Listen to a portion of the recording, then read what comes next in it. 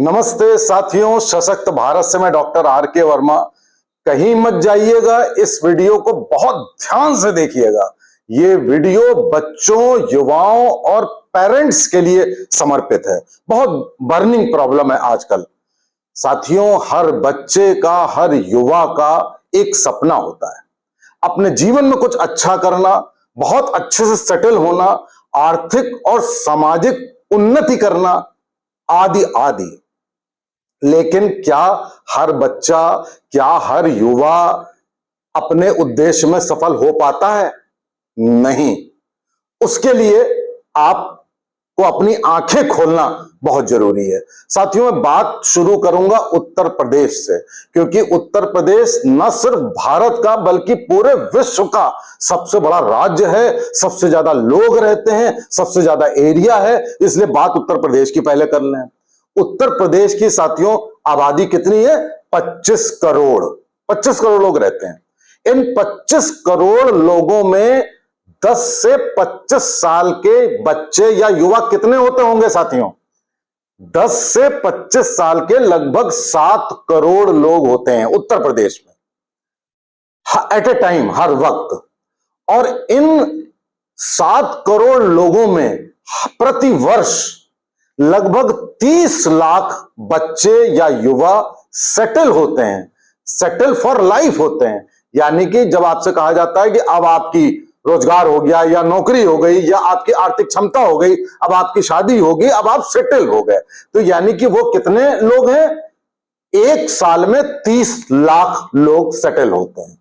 अब साथियों, आप स्कूल में पढ़ते होंगे, कॉलेज में पढ़ते होंगे, यूनिवर्सिटी में पढ़ते होंगे, आपके सपने होंगे, तो आप अपने सपनों में क्या सोचते हैं? आप सोचते हैं कि आप आईएएस पीसीएस हो जाएं, डॉक्टर हो जाएं, इंजीनियर हो जाएं, सीए हो जाएं, वकील हो जाएं, जज हो जाएं। इस तरह के आपके सपने रहते हैं, अमूमन मैं बात कर रहा हूं। तो साथियों, ये बताइए, बच्चों से पूछता हूं, बताइए कि प्रति वर्ष उत्तर प्रदेश में कितने आईएएस और पीसीएस बनते होंगे प्रति वर्ष? साथियों, 1000। सिर्फ 1000 युवा आईएएस या पीसीएस बन पाते हैं उत्तर प्रदेश में। उसके बाद साथियों, अगर मैं कहूं डॉक्टरों का, तो डॉक्टर कितने बनते होंगे? एमबीबीएस से लेकर बीएमएस से लेकर बीएएमएस से लेकर हर डेंटल से लेकर हर प्रकार के डॉक्टर आप मिला लीजिए, तो प्रति वर्ष 5000 या ऐसे ही 5-6 हजार डॉक्टर्स बनते होंगे प्रति वर्ष। ठीक। अब आप आइए इंजीनियर। आप सारे, हर किस्म का इंजीनियर, आईआईटी से लेकर हर कॉलेज, प्राइवेट, सबका ले लीजिए, तो लगभग 15-20 हजार, 15,000 मैंने लिखा है, 15-20 हजार इंजीनियर प्रति वर्ष बनते होंगे साथियों। उसके बाद आप एडवोकेट्स और जजेस ले लीजिए, जो लॉ करते हैं या जो जुडिशरी का एग्जाम देते हैं, तो ये कितने बनते होंगे प्रति वर्ष? ज्यादा से ज्यादा 5000। उसके बाद साथियों, सीए या कोई बड़ा बिजनेस करने वाले युवा कितने होते होंगे? ज्यादा से ज्यादा 2-3 हजार साथियों, इससे ज्यादा नहीं पूरे उत्तर प्रदेश में। अगर इसको पूरा जोड़ते हैं तो साथियों 50,000 भी नहीं आ रहा है। चलिए, हो सकता है कि आप में से किसी को मेरे डेटा पर थोड़ा बहुत प्लस माइनस होता हो, तो मैं मान लेता हूं कि इन सारी नौकरियों में प्रति वर्ष 1 लाख लोग सेटल होते होंगे। 1 लाख बहुत ज्यादा आंकड़ा है, लेकिन मैं बता रहा हूं 1 लाख सेटल होते। अब आप ये बताइए, आप लोगों ने सुना होगा आर्टिफिशियल इंटेलिजेंस, एआई के बाद नौकरियां बहुत कम होने वाली हैं, डिस्करेज कर रहे हैं लोग। तो आप ये मान के चलिए, एआई के बाद ये जो मैंने आंकड़ा बताया, इसका आधा रह जाएगा साथियों, आधा। चलिए, मैंने मान लिया कि 1 लाख ही लोग सेटल होते होंगे हर साल उत्तर प्रदेश में इन नौकरियों में। और साथियों, कितने लोग सेटल होते थे? 30 लाख। तो अब 30 लाख लोग सेटल होते थे, और मैंने हिसाब लगाया 1 लाख का। मैंने क्या लगाया? आपने लगाया। तो 30 में से 1 लाख निकाल दें तो बचे कितने? 29 लाख बचे प्रति वर्ष, बता रहा हूं। 5 साल में लगभग 1.5 करोड़ हुए। तो आप प्रति वर्ष 29 लाख और 5 साल में लगभग 1.5 करोड़ युवा या बच्चे कहां जाते हैं, उनके सपने कहां जाते हैं साथियों? वो क्या करते हैं? गुमनामी में खो जाते हैं, हीन भावना में आ जाते हैं, उनको लगता है जिंदगी बेकार हो गई। उनके माता पिता भी सोचते हैं कि अरे मेरा लड़का बेकार निकल गया, एक सीला हुआ पटाखा निकल गया, मेरा लड़का कुछ कर नहीं पाया जीवन में। बच्चा भी यही सोचता है। और कोई छोटा मोटा दुकान व्यवसाय कर लेता है, कोई कोरियर सर्विस ज्वाइन कर लेता है, कोई अपराध में लिप्त हो जाता है, कोई कुछ करने लगता है, कोई ग्रामीण इलाकों में ऐसे ही सड़क पर चलता फिरता रहता है। यानी कि 29 लाख युवा, इसके लिए क्या कुछ सरकार कर सकती है? नहीं। सरकारी नौकरियां इससे ज्यादा नहीं हो सकती किसी भी सूरत में। अगर 1000 IAS PCS बनाओगे तो ऐसा तो है नहीं कि 10 लाख बना दोगे। यानी कि सरकार का कोई रोल नहीं है आपको सेटल कराने में, केवल इन 50,000 को सेटल कराने में रोल हो सकता है, लेकिन 30 लाख लोगों को सेटल कराने में कोई रोल नहीं हो सकता है साथी। तो क्या होना चाहिए?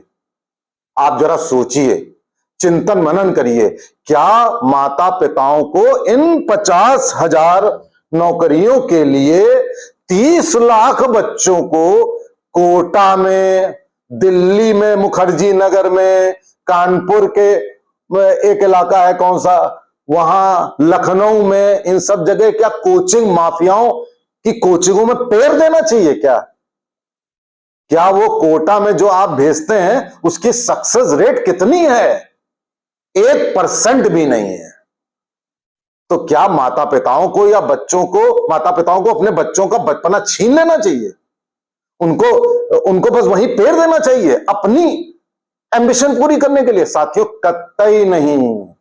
भारत जब सोने की चिड़िया था, आज से 2000 साल पहले, 1500 साल पहले, तब भारत में कोई सरकारी नौकरी नहीं होती थी। लेकिन भारत का रेवेन्यू और भारत में सोना और भारत में पैसा पूरे विश्व में सबसे ज्यादा था। कैसे ज्यादा था? वही आज आपको बताने जा रहा हूं। वो था आपके स्वयं के ऊपर आत्मनिर्भर होने पे। जब एक एक व्यक्ति स्वयं आत्मनिर्भर था, तब भारत सोने की चिड़िया था साथियों। और आत्मनिर्भर कैसे था? वो था सिर्फ एक चीज के कारण, और वो है हुनर। हुनर। और हमने अपने बच्चों का हुनर उनसे छीन लिया है। उनको उसी मशीन में पेर कर, उनको कार्बन कॉपी और फोटोस्टैट कॉपी बनाने के चक्कर में हमने उनका हुनर छीन लिया है, उनको बाबू बनाने के चक्कर में। हुनर क्या होता है साथियों? हुनर, मैं अब बच्चों, युवाओं और माता पिताओं से डायरेक्टली संबोधित कर रहा हूं। हुनर 3 होते हैं साथियों। एक होता है स्पोर्ट्स हुनर। आप अगर बच्चे हैं और 7-8 साल की उम्र से आपने कोई स्पोर्ट हुनर नहीं अपनाया, तो ना तो आपका शारीरिक, ना मानसिक, ना आपका कला कौशल ही विकसित हो सकता है। क्रिकेट की बात मैं नहीं कर रहा हूं, क्रिकेट तो यहां पर धर्म हो गया है। आप बैट बल्ला लेके क्रिकेट खेलने लगते हैं, वो नहीं। क्रिकेट के अलावा 100 और ऐसे खेल हैं, स्पोर्ट्स हैं, जिनमें आपको साल की गर्मियों की छुट्टी में, जाड़ों की छुट्टी में प्रतिदिन आधा 1 घंटा दे करके प्रोफेशनल वे में अपनाना जरूरी। ये नहीं कि फुटबॉल लिया खेलने लगे, बैट बॉल लिया खेलने, ना ना ना। प्रोफेशनल वे में, एकेडमी में, बहुत ही शिद्दत से। तो वो होता है स्पोर्ट्स हुनर। इंडोर स्पोर्ट भी कर सकते हो, शतरंज भी कर सकते हो, लेकिन उसमें शारीरिक विकास नहीं होगा, तो उसके लिए कुछ और कर लो। और स्पोर्ट्स में दौड़ना भी आता है। हम क्यों नहीं ओलंपिक में जा पा रहे हैं? क्योंकि हम स्पोर्ट्स हुनर नहीं अपनाते। फिर साथियों आता है क्रिएटिव हुनर। क्रिएटिव हुनर का मतलब है प्रतिदिन 1 घंटा आप कोई क्रिएटिविटी करिए। क्रिएटिविटी में बहुत सारी चीजें।